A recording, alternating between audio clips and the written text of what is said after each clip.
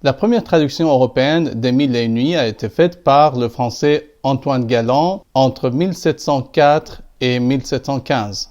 Galland a traduit ce livre de l'arabe, mais est-ce que l'origine de ces contes est arabe aussi?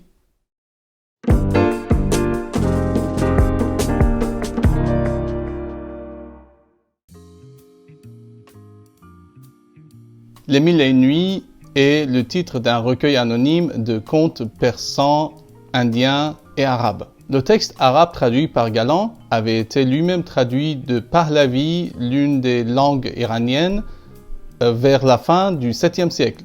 Au moins 2 témoignages arabes du 10e siècle indiquent l'origine persane de ce livre.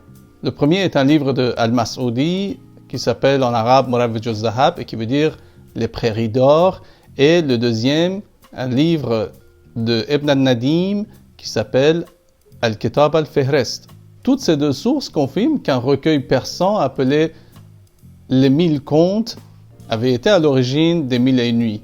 Les sources disent également que l'origine pahlavi ou persane de ce livre a été détruite et anéantie après la traduction, et qu'il n'existe donc aucune preuve matérielle de ce livre. La mise en abîme récitative est une forme qui fait penser à l'origine indienne, et les noms persans font référence à l'origine iranienne de ces contes. Aussi, de nombreux contes arabes ont été rajoutés à ce livre après la traduction de Pahlavi.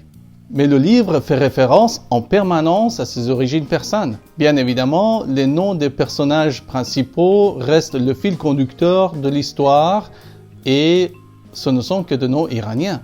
Je me contente de parler de Scheherazade et de Shahryar.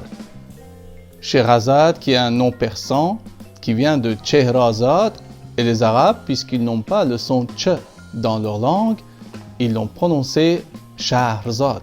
L'autre personnage, également principal, c'est Shahryar, un mot qui en persan veut dire le roi, et qui souvent a été transformé par le mot arabe sultan.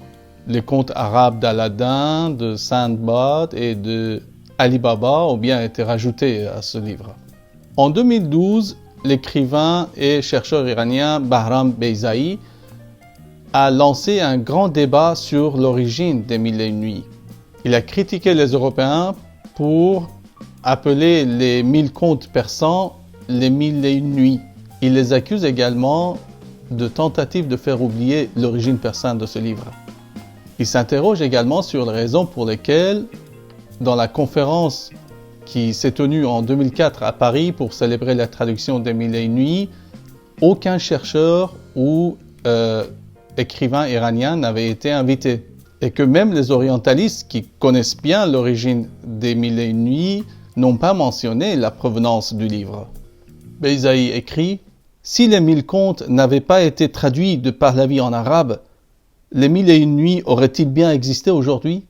Comment un texte pourrait-il être traduit d'un original qui n'existe pas ? Vous dites que les Mille et une nuits ont bien été traduits, mais vous ne vous donnez même pas la peine de mentionner le texte d'origine. Comment un texte pourrait-il être traduit d'un original qui n'existe pas ? Dans son livre, Bahram Beyzaï pointe du doigt surtout l'orientaliste allemand Ulrich Marzolf, l'auteur entre autres de l'Encyclopédie des Mille et une nuits. Celui-ci, en réaction à ces critiques, se défend en mettant l'accent sur l'inutilité de mentionner l'origine persane des Mille et une nuits.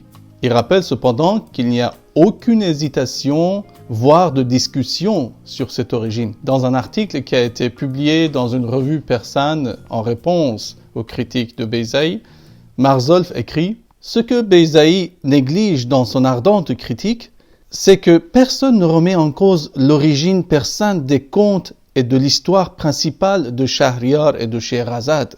Mais la mentalité européenne est plutôt éprise par cette couleur locale orientale qu'elle connaît à travers ces innombrables contes arabes isolés, rajoutés aux 1000 contes persans.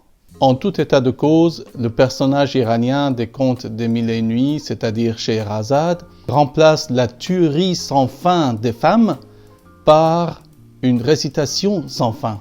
Autrement dit, elle remplace une infinité par une autre. Elle reste le principal personnage d'un livre polyphonique et multiculturel où le conte devient la vie et la mort devient le conte.